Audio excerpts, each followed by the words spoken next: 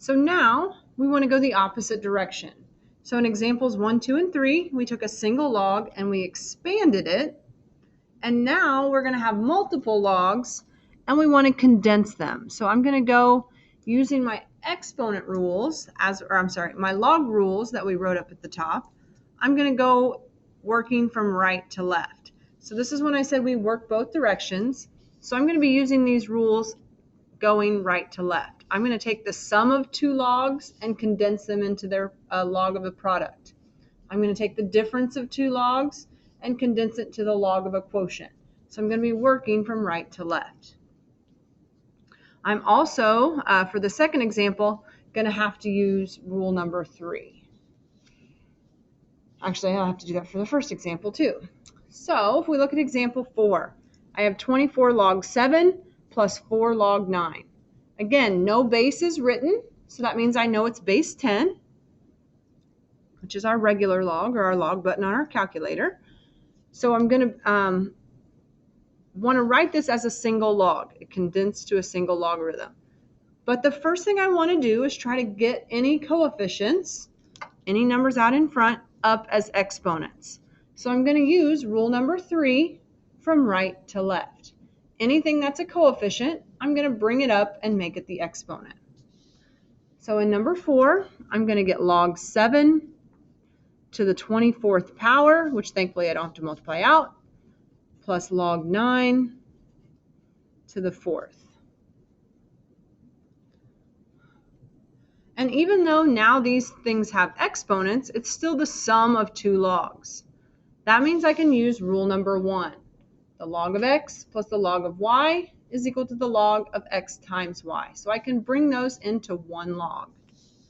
So now I'm going to have the log of 7 to the 24th times 9 to the 4th. And on these type of problems, do not try to multiply those things out. The numbers are ginormous and your calculator will be unhappy, and that's not the point. I'm just checking, can you use these log properties? So just leave it as those bases with the exponents.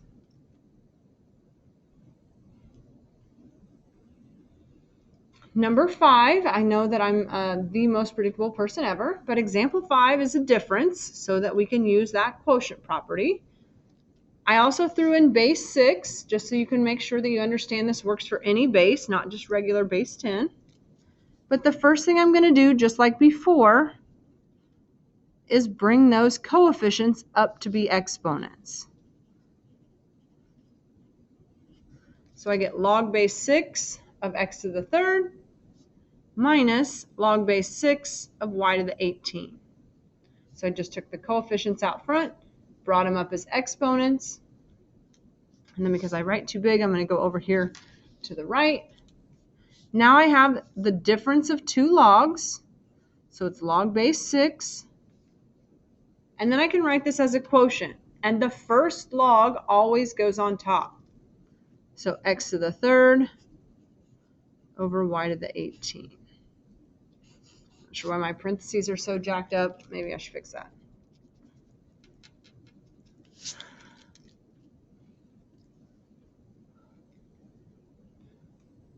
So if you're asked to expand, you're going to take a single log and split it apart. If you're asked to condense, you're going to take multiple logs and condense them into one. And we'll have lots of practice using those properties. You'll have plenty of practice on your homework, and we'll talk more about it in class next time I see you. The other thing that fits into this lesson is the change of base formula. So like I said up here, we had things like base 9, base 8, base 6. I made other bases. We can't type that in our calculator. There's no log base 6 in your calculator, but maybe we want to know what that number is. So we have this change of base formula. And the reason that it's nice is it works when the base is anything but 10 or e.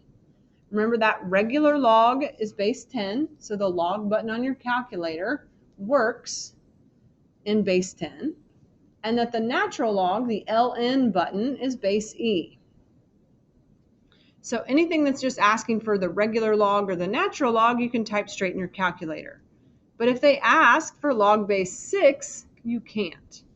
So we have a change of base formula that says if we have the log of any base of something, that it's the regular log of y divided by the regular log of x, or the natural log of y divided by the natural log of x. So that just means if I can use this change of base formula, I can type this in a calculator and get a decimal approximation. So if it's a story problem, I don't want to know log base 7 of 12. I want to know what's that decimal. Because maybe it's number of whatever, milligrams of ibuprofen or whatever our one problem was on that quiz. So let's look at an example. Well, we're going to do two examples. If I have log base 4 of 62, well, there's no way for me to type that in my calculator. Remember that we've got a log button, which is log base 10, and we have the natural log button, which is log base e. This is log base 4. So to get an actual decimal answer, I have to use the change of base formula. So that means it would be the log of 62 divided by the log of 4.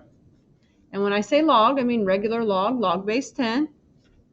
Or maybe I'm a big fan of the natural log button. It's the natural log of 62 divided by the natural log of 4. And remember, that's not an E, that's a cursive L. I always write cursive L's for my natural logs, and it's so that they don't look like ones. So if I type log of 62, remember we talked about that you always have to close your parentheses. So it's the log of 62, close the parentheses, divided by log of 4, and I get 2.977. And just for good measure, I'm going to show you that if I did the natural log of 62 divided by the natural log of 4, I get the same answer. So it doesn't matter if you use regular log or natural log. Either one will work for the change of base formula.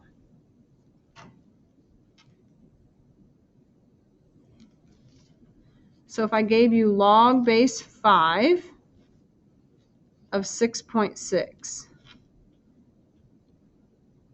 well, again, you can't evaluate that for me as it's written. If I wanted to know a decimal, you'd have to use the change of base formula.